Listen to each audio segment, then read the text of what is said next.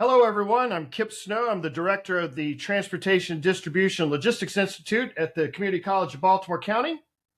Hey, everybody. I'm Mike Singer, community manager, Baltimore and Chesapeake Bay Shipwatchers. And welcome to the Shipwatchers podcast here in Baltimore. So, the Baltimore and Chesapeake Bay Shipwatchers, we're a local maritime advocacy group. Man, I swear. I don't even know why you even try to just go ahead and Because say I'm hard-headed. I know I can say it when I'm not in front of this microphone and this camera. Local maritime. See, now I can't see. I can't. Yeah. I'm not cutting this out either. Good. I don't care. So we do whatever we can do to help promote and support everything that happens here at the Port of Baltimore. So we just thought it'd be good to have a podcast and a regular way to get some information out to folks about what's going on around here with the port. Yep. So you run through your title every week. So what transportation? What is it? Tell me what it is. My official title is Transportation Distribution and Maritime Logistics Director. And so what is that? What is that? What are you doing? So I work at I'm at the Community College of Baltimore County. And if you want to go and earn some type of academic degree or credential or industry certification or something of the like, you can come to the community college and get those opportunities to upskill or be trained in a certain area. My role at the college focuses on all of the transportation and logistics oriented programming. And so I have both an academic program. So if you want to go into your management track or the analytics or, those types of, quality assurance or those types of positions within the port, I have an academic program and it's 18 credits or 6 courses. And starting this fall, you can take that 6-course program in 1 year and earn a college certificate. And my local industry partners have provided the information that they want to have taught in that program. So they're going to hire out of that program what they need so that you're not just making up stuff and then the guy goes there and no, we don't. Why? Correct. Right. So you're all connected. And so you're providing what they need, right? Or what their prospective employees would need coming in. Cool. So that's one area, and then I also have technical training, which is your tradition, like your blue collar, your workforce labor type programs, and I have industry certifications that somebody can come and get those credentials, like a OSHA forklift operator or certified logistics associate certification. I have some maritime courses. I have some logistics courses. I have some warehousing and distribution courses. So it should, if you need to be trained, there should be within the transportation and logistics industry, you should be able to come to us and look at those training options. And in some cases, the tuition may be covered either from a grant or, like the Baltimore County's College Promise program that allows those high school students who just graduated to come through the program. So we have quite a number of training and academic programs that are available within the realm that we talk about here, which is the maritime and port logistics industry. Cool, because you and I go through these introductions every week, and and you spit that out, and I spit my thing out, and I'm like, well, why don't we just cover that for once? Explain that, sure, yeah. And geez, maybe there's a guy named Kipp Snow who runs all this stuff. Maybe we could have him as a guest speaker one day. I don't know. There you go. We'll later on in a couple of episodes, I'll bring in. We'll talk to my people, and which is basically absolutely me and you, but we're not going to tell anybody that. We can make that work. So how was your week? Good? It was all right. Interestingly enough, this week we hosted at the college. We hosted 50 Baltimore City Parks and Rec students. And so these were middle school students who, for the whole week, and I know that this is, they went through this partnership with BWI Airport, but they learned about technical related skills, so they could find out if maybe the aviation industry might be something of interest. And and it's during a summer camp, so they have that opportunity. Wednesday, those kids spent the day at CCBC and went through the aviation simulators and practice operating drones that we teach about, and had some tours with our automotive facility and the alike. So they had a really good time learning about different aspects of the transportation logistics industry. We even covered a little bit of the maritime and material handling and offshore wind and those types of things. It was kind of a busy week trying to lead into that and get ready. How about you? It's been 10 days since our grandbaby Landon was born. So, congratulations! yeah, That's awesome. Yeah, so we're very excited, and mom and baby are doing well, and good. And I know everybody hates this, but I really don't care. Look at that! There's me and little Landon. I mean, he wasn't even 24 hours old there. I mean, you really can't see. There you go. Sure. Anyway, there you go. So it's all right. Life's Congratulations. been crazy and busy, and we wouldn't have it any other way. Yep. There you go. So is this first grandkid? First grandkid. Daughter had a C-section, so it was kind of rough, but she's doing good. She's what the best thing about having grandkids is when you're done with them and they got to go, yep, 100%, you can hand them right back. Oh yeah. Can't wait till he's about 4 or 5, spin him up on some chocolate, send him home with a drum set, But, no. There you go. Yes. All right. So we're in episode 13. Yeah. So in episode 13, if you listen to episode 12, we gave a teaser. And so some of you may know that we had a very special guest lined up for this week. But we do have to apologize. Jonathan Daniels had to postpone, and rightfully so. When the day that we were going to record, he got called away to go down to Washington D.C. to represent the port. So that's an important task. He needs to go handle those things. So we were not able to get the recording done this week for that. But we will. We're supposed to be working on a future date. So. We'll see if we can get that done. Do you know what he did? Yeah. He at first I didn't know, but I figured it out just from socials and such. So he had to attend the change of command ceremony for Colonel Pinchason. So you might remember her, Colonel S.D. Pinchason, lady colonel who was, who was a big help at organizing this whole Key Bridge recovery effort for the Army Corps of Engineers. Yep. So she is moved on to a different position within the Army Corps of Engineers, Baltimore District, and they had a change of command ceremony, and Jonathan and some top officials provided her with, a port ship's wheel, and nice, was present in the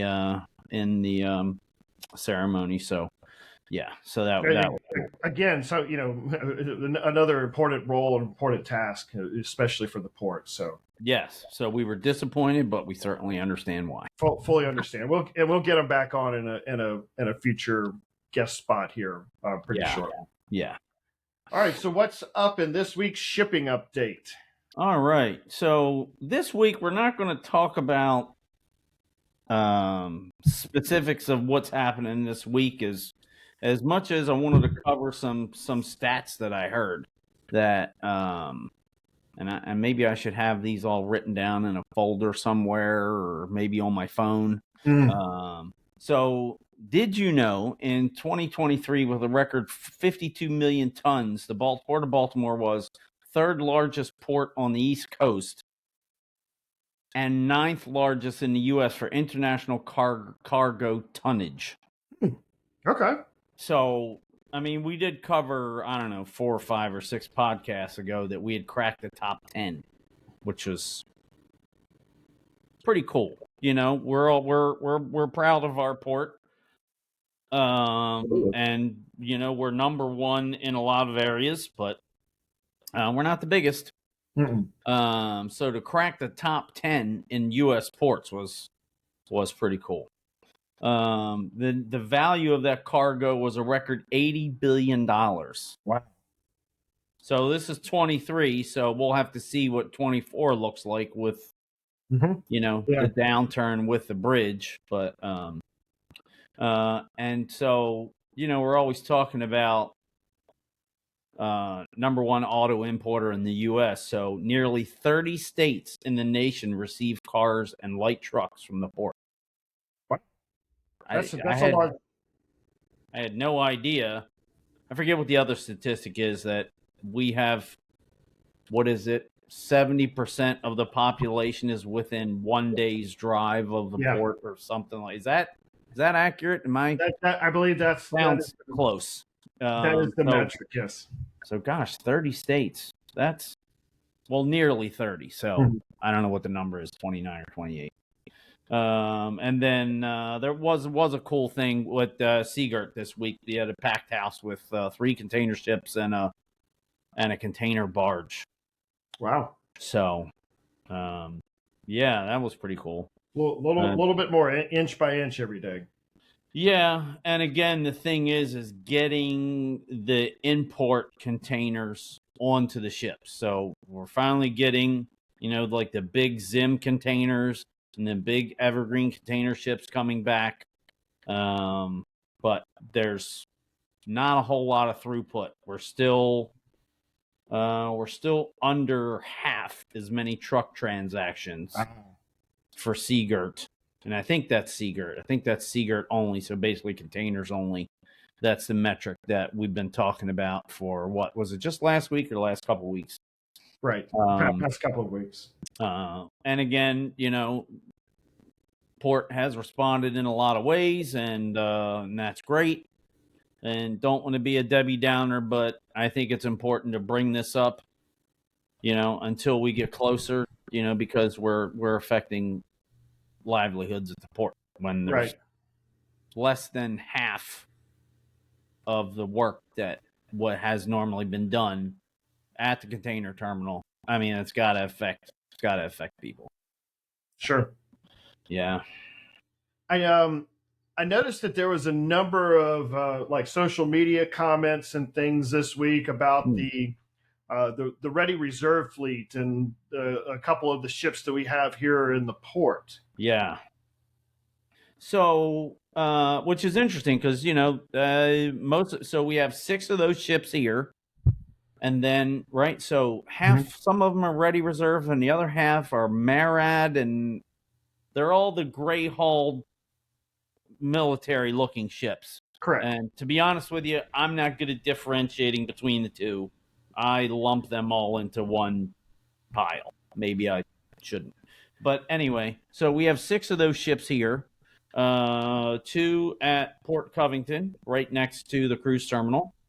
2 in Canton, typically, and 2 at North Locust Point, kind of down from Domino Sugar, a ways. And so we talked about last week, the Antares and the Denobula were leaving this week. So now the Denobula, so the Antares left, and I think she's going for layup, and maybe she's going to Brownsville. So maybe that's the end of that. And then the Denobula is leaving this week on Thursday now. Okay. And then another thing that I found interesting is that one of the ships that was in Canton, the USNS Soderman, left. I'm like, okay, where's that going? I don't know. and it wound up going to Norfolk. Okay. And it was down there for a week, and now it's back. I have no idea. So I don't recall seeing that happen before. Maybe it has, and we missed it. A move like that, kind of go down to Sure. Norfolk for a week and come back. Yeah. Sometimes it's just a run to make sure that everything is working properly. And so Could be. and sometimes those efforts, let's make a quick run as a sea trial, just to, or it could be it was their turn to go and test an activation, because a lot of they do But those don't they typically? I mean, they go out for like a day, like into the Atlantic. I mean, it could have been a whole host of things. There could have been Mhm. something that maybe there was a quick repair that had Right. to been done down there and then come back. There could be a whole number of things. That's what I kind of had in my head, that maybe it needed a little something. Oh, we've got these capabilities down in Norfolk. We'll just run down We'll here. just go run right. Yeah, I don't even think it was in a dry dock. So yeah, I don't know. I've got some contacts at MARAD with because at the college we've been designated by MARAD as a center of excellence for workforce training and development within the Nice. maritime industry. So I might be able to see if we can't get some information on the Ready Reserve Fleet. I'm not going. I won't make any. Yes. I won't make any movement. commitments yet. But if we can get I think I might be able to get a guest speaker from MARAD to come and explain a little bit about what that program is and what their roles are, and explain what their function is. So that would be cool. That we'll would look be into really cool. And I had heard from an industry source in town that the Antares and the Denobula were both leaving for good, but that they were freeing up those berths for other ships. So, who's coming to replace them and when? I have no idea. Sure. So, okay. Kind of interesting. So on Facebook, on our Shipwatchers group, we have a file section or a file tab. So you go up in the files, and there's a PDF called RRF that has the map. Did we show that? We showed that. We did show that once a few podcasts ago, a few episodes ago. But it sounds like if they're making some moves, then that map may be realigned with whatever. Oh my gosh, the map's from 2017, but it was actually the one that I found on like the Ready Reserve website. Okay. But that was a couple of years ago. Maybe they've updated it. I haven't bothered to go check. All right. Yeah. So what's new on the Key Bridge? I know that we're talking about the Key Bridge just about every episode now. So right. What's new? Some of this information's been out there, but we haven't had a chance to talk about it here. So the big Key Bridge news, the NEPA document. So do you know what that stands for? I didn't write that down. Hold on. That document. Yeah, you go ahead and do that. I'll talk. The NEPA document was approved, so categorical exclusion was granted. So that's an environmental approval. So here, I've got it right here. It's the National Environmental Policy Act of 1969. It's a policy to promote the enhancement of the environment and the Council on Environment Quality to assure all branches of the federal government consider impacts to the environment prior to undertaking federal actions. Right. That's a quote from, ironically, the Maryland Department of Transportation's State Highway Administration website. Interesting. So, and I think because they said we're going to build this new bridge on the same center line, so exactly in the same location, north, south, east, west, that, and it's going to be the same amount of lanes, that it won't have any adverse effects for the environment because it's basically you're except Same for footprint. style and height, you're basically duplicating it, and so that's what enabled them to have the quick approval. Mm-hmm. And some folks were saying that this type of approval could have taken years. So kudos to them for for choosing a design that's similar to the current one as far as footprint is concerned, Correct. And for all the policy and procedures for getting it done in a timely manner. Because So this isn't they're just not paying attention. It's not that they're not paying attention to the environment. It's a right, direct replacement, and the direct replacement fits within the confines of the environmental previous studies. This is something that it's not that somebody's doing something wrong or illegal. They're just right. following the same operation. And if we had said it's not going to be 2 lanes in each direction like it was, Mm-hmm. we're going to we're going to build more for the future, and we're going to make it 3 lanes in each direction, then maybe it would have been a different result as far as this approval was Correct. concerned. That would be my educated guess. So here's what I'm super excited about. Okay. Setting the minimum vertical clearance for shipping at 230 feet above mean high water. So, I mean, that's significant.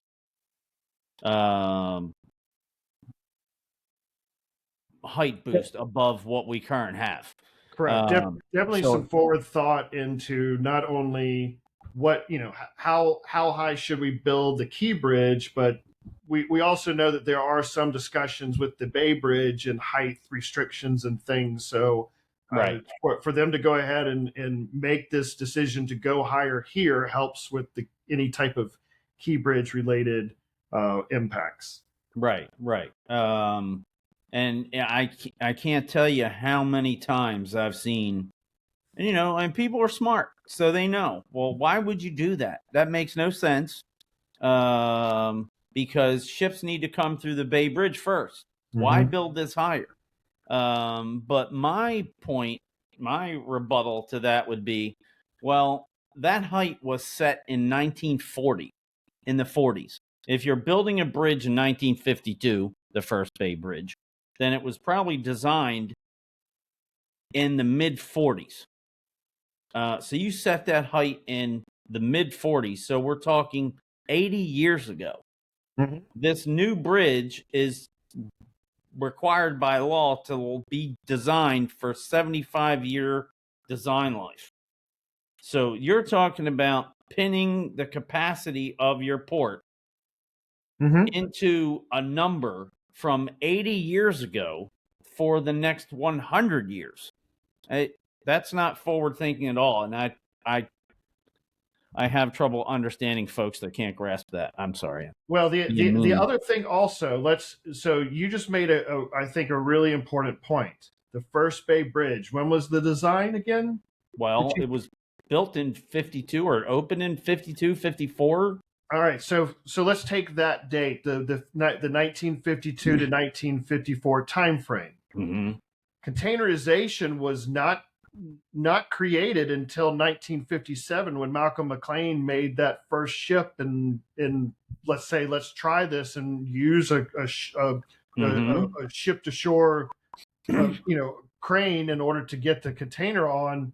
Mm-hmm. Nobody had the concept of post Panamax ships and these extra large ships during that time frame. Right. They, Nobody they, didn't, could have. they didn't even have containerization until that point. So the only thing that they could fathom was bulk, break bulk. Maybe some consolidated pieces. We didn't have containers then, so that concept wasn't even something that made sense for us to Right. try to plan for. It's a great point. And then the point that I like to make is, was Helen Bentley's forethought to have that Now, we already had a 50-foot channel here for coal, I think, right? But she wanted the container terminal to be 50 foot to get those, be able to compete with other ports, get those bigger ships in here. Yeah. And the newest, let me see. So we got a set of cranes in 2022. We got a set of cranes in 2012. Mm-hmm. And that last berth, which at first was at Seagirt, which was the only one that could handle the biggest ships, Yeah. that wasn't even finished till 2008. 2008, Kipp. Yeah. So we're talking, people are like, why would you ever build it higher? That's dumb. The Bay Bridge isn't that. But it just shows that you can't anticipate this. You can't, No, you can't. the Port of Baltimore wasn't even ready for these ships until 2008, 2012. So, there's a whole lot going on with the growth of shipping, and Mm-hmm. and it'd be great for our port to be able to be ready so that so we know they're talking about putting another span for the Bay Bridge or replacing those spans. Some folks have been advocating that, like, we don't want a bunch of bridges here, just maybe take both of those down and build us one big span or two new spans. I don't know. So with the key bridge higher, with the new key bridge higher at 230 feet, then that is basically an advocate for, hey, if you build something new down there, build that at least to that minimum height. Correct. So let's get back into the numbers here. And we did a nice little side jog there. So the minimum horizontal clearance, 1,100 feet through the main navigation span of the bridge. Now, if you know your numbers, that's basically the same, but it's not. The main bridge span over the navigation channel is anticipated to be approximately 1,400 feet between the two main bridge piers. So the old bridge was 1,200. Like, the inside of those piers was like 11. So now we've moved it out to minimum of 14, they said. And then there's going to be some protective islands around those piers, which will extend into the previous number of 1,100 feet. So you're talking about, let me do the math real quick, 1,400 minus 11, that's 300 feet, divided by 2. So you're talking about 150 feet of protection, of solid protection around each one of those new main piers of the new bridge. And those are all minimums. Those aren't set in stone, no pun intended. So 150 foot for each. Yes. Each structure. Yeah, that's how I. So that's about that's 50 yards. That's a half a football field size on either, for each pylon, for each structure. Right. And so then with them, a significant amount more. Yes. Now protection. We haven't heard about like dolphins or the big round structures that they have that they're putting, like we had here, but we didn't have enough, or they're putting them up in Delaware River at the Delaware Memorial Bridge, or like they added in Tampa after they had a similar accident to us decades ago. And so 2 12-foot lanes, so we're bringing the roadway up to new standards, because the former width standards are just, we can't build a new bridge to old standards. So 2 12-foot lanes in each direction with a 10-foot wide outside shoulder and 4-foot wide inside shoulders. So there's going to be a lot more room up there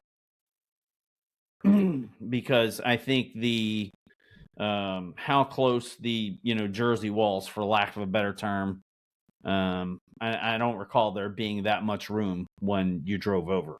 There wasn't, no. Yeah. So we're talking about, and so okay is higher. Does that mean steeper? Mm-hmm. No. So somewhere there's a maximum or angle that they want bridges to be. This one was 4 degrees, even though it probably felt like 15 when you're on it. I know, right? Right. It did kind of, so 4 degrees. So they're going to maintain that 4 degrees. So they're just going to move it up. So we're talking the bridge will be longer. Yeah. And then I went online and I did like a little, okay, where's my right triangle calculator? And so I came up with a quick 650 feet. You can read my doctor's prescription chicken scratch there. That's your Pythagorean theorem, where your a squared plus b squared equals c squared. That's it. That's as close as I get. I think my high school algebra teacher will be glad I still remember that. Right. Yeah, mine too. Yeah. I didn't go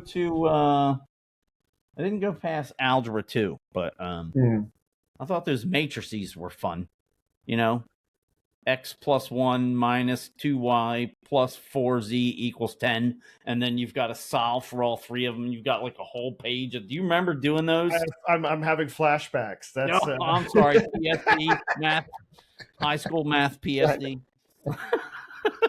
I kind of like those. I kind of thought they were fun. Man, maybe I'm ill or something. I don't know what my problem is. All right. So I think that's all I had for the Key Bridge. I noticed in some of the news postings for the bridge where they were talking about some of the specifics and how wide, and there were a couple of comments of, well, why don't you make a bike lane? Why don't you make a walking lane? Why don't you make a rail lane so that you can double stack across the bridge coming from Trade Point? And I understand all of those. But there's also cost. Yeah, there's also costs associated with all of those things, and where's your trade off with cost with in association with the timing, and right. And I'm not advocating. Let's put the bridge up right, but there's also, I think, a very important traffic or congestion impact that's also trying to be addressed. Right, and I remember.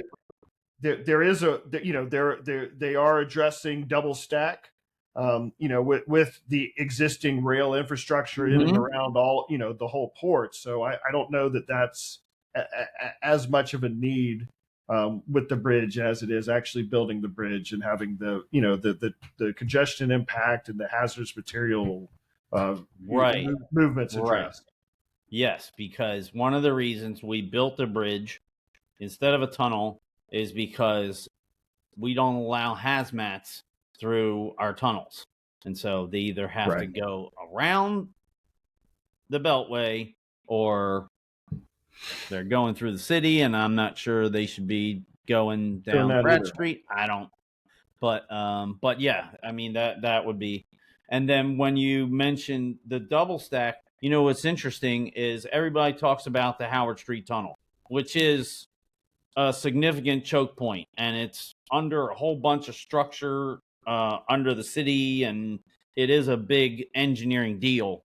But there's also, I don't know, 13 or 15 bridges between here and Philly that they either have to raise or lower the track level. So it's not just the Howard, and the engineering behind the Howard Street Tunnel is significant, but there's a whole bunch of other places where they're actually lowering the track so the double stacks can get under existing bridges. And some places there is utilities under the track, so they can't lower it. So they have to raise the bridge. So it's a matter of looking at all this different stuff in all these different locations so that the little old Port of Baltimore can use double stacks, and and they can run them through here. That's another thing. We're talking about throughput now.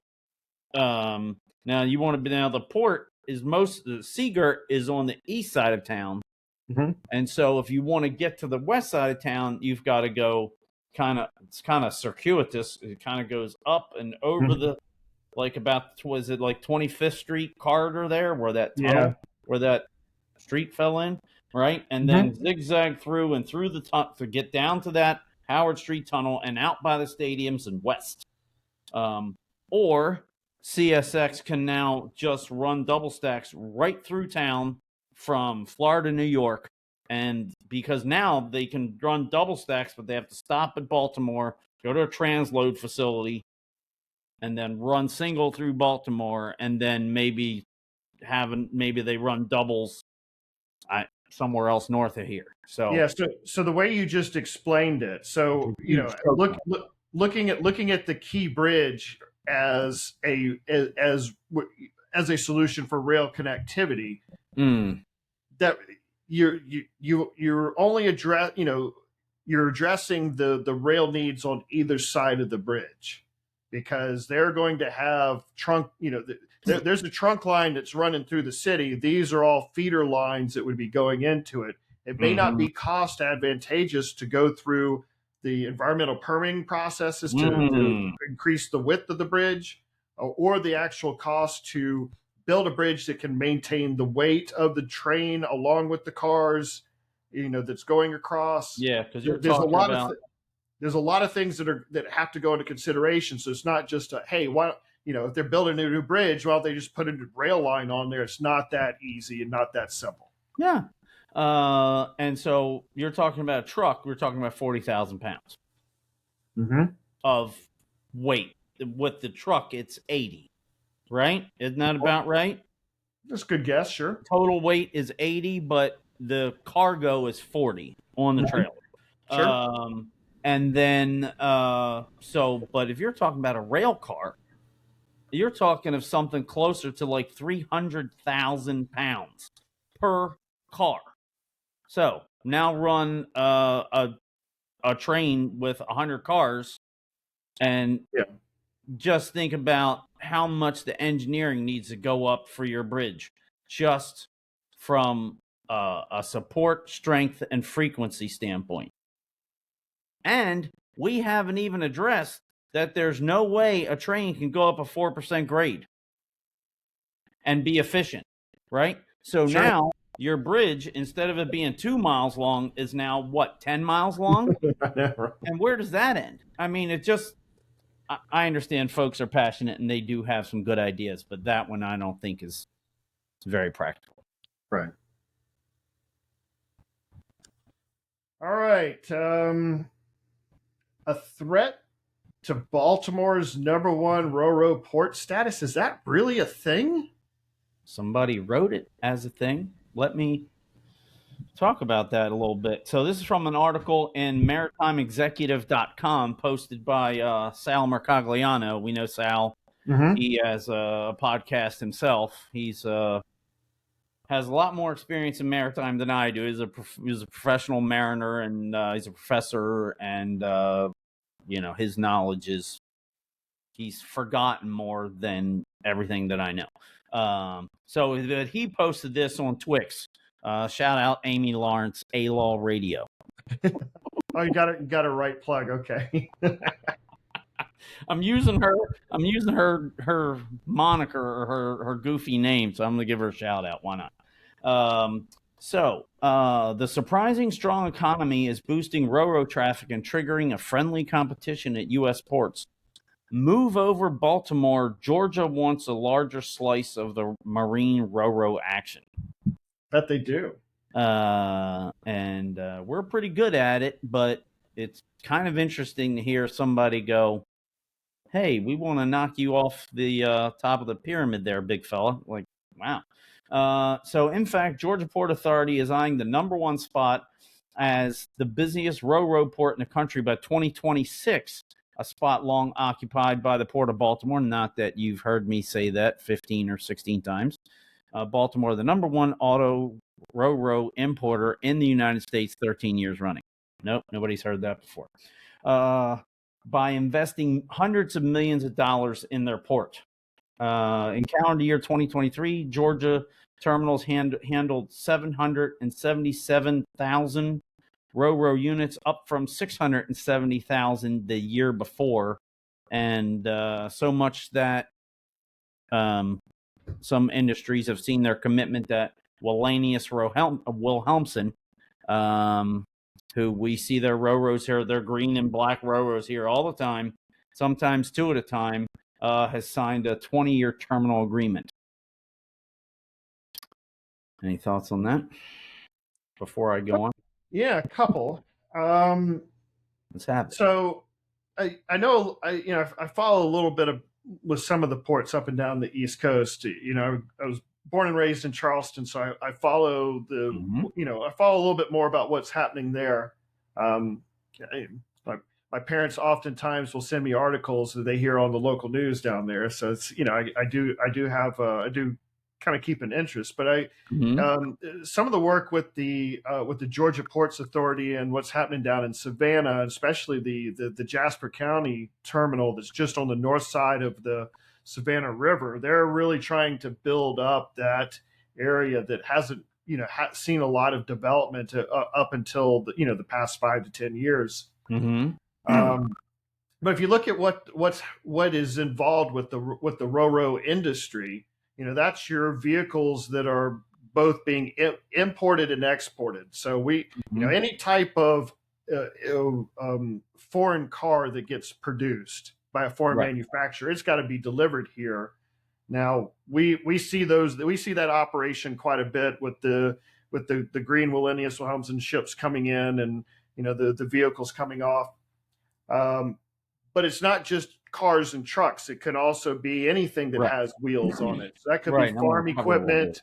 It could be very large items that you can't lift into a cargo ship. And so what is that thing called? The little rolling pallet thing? It's called a moffy. Right. A moffy.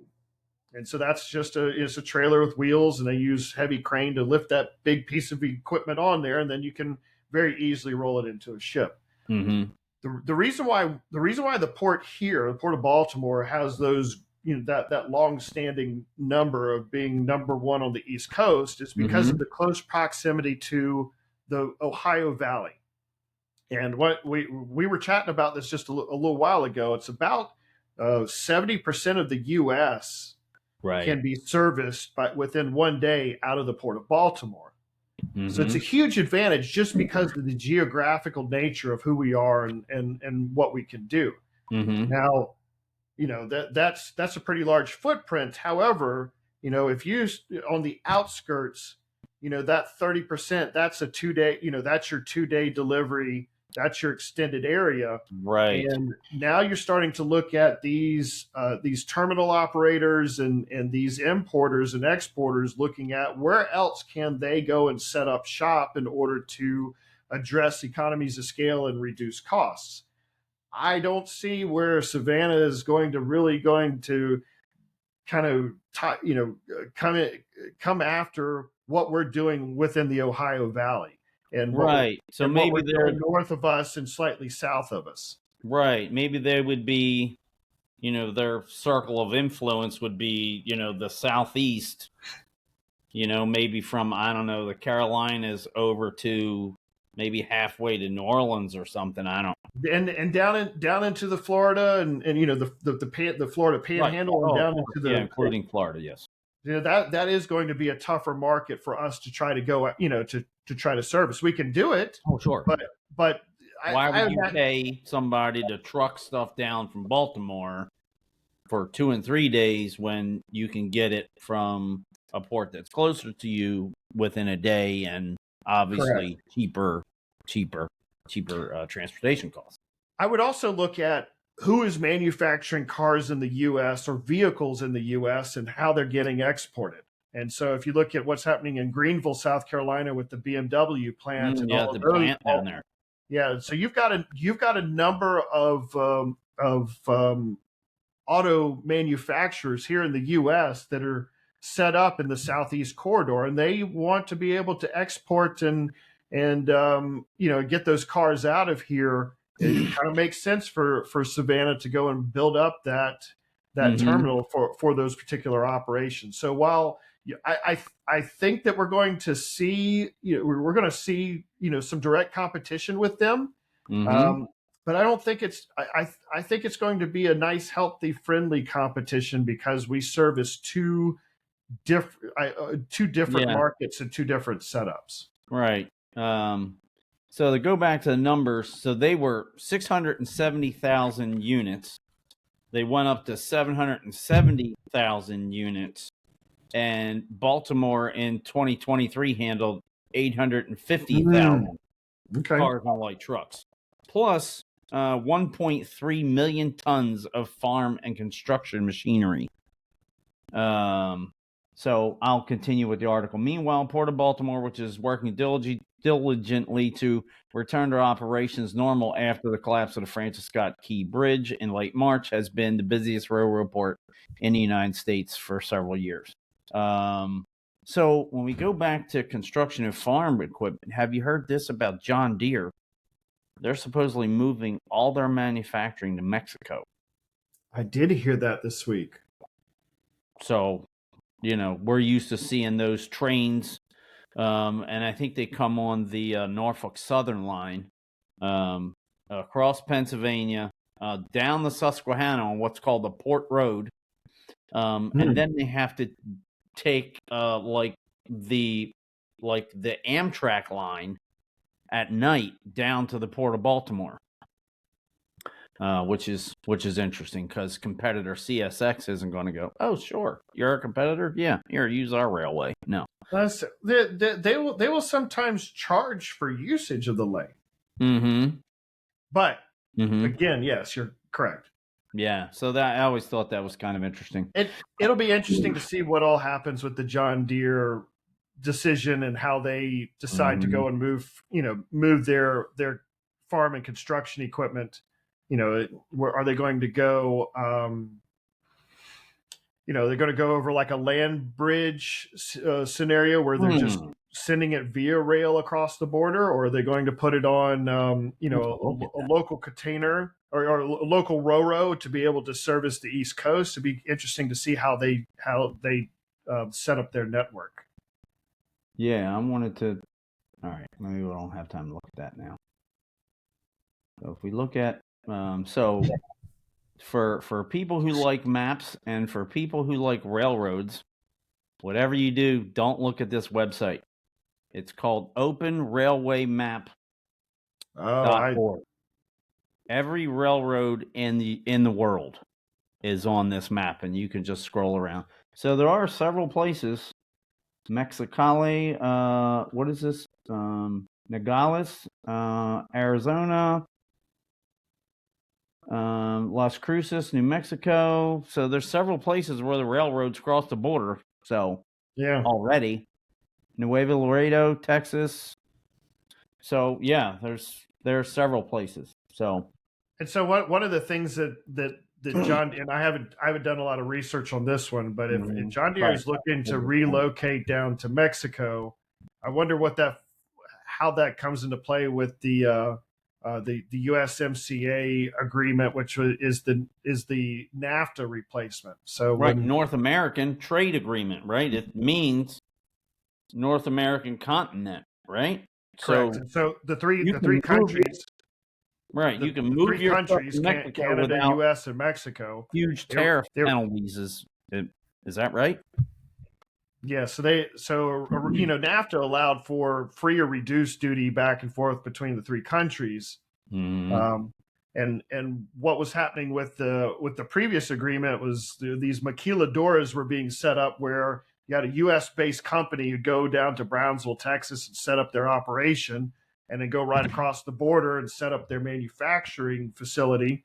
And they'd have Mexican labor come in and make those products at a much cheaper labor rate. And then they'd send those products back into the U.S. at free or reduced duty amounts versus what you would get in other countries. And so the USMCA agreement was to replace that and help fix some of those things. But I wonder where they fall into play in the cost benefit with having to relocate down to Mexico. Yeah, interesting. And then the one thing I've heard is that is that a lot of farmers are loyal to John Deere because it's built here. Correct. And so if you're John Deere, are you alienating your customer base because of that versus the name brand recognition? How loyal are all these people going to be? You're like, oh, well, if you're going to go to Mexico, then I might as well just buy any brand. Right. Why would I buy your brand? And that's me elaborating sure. a little bit. But I did read that some folks were talking about that might be like a real factor. Interesting. So meanwhile, back to this Georgia thing.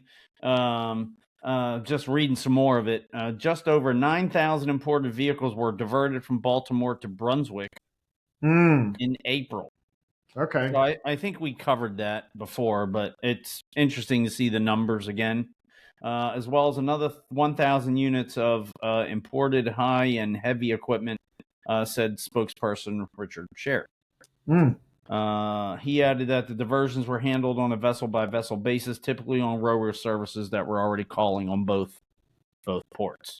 So they were already visiting, just drop more stuff off down here when nobody could get in here. Sure. For a month.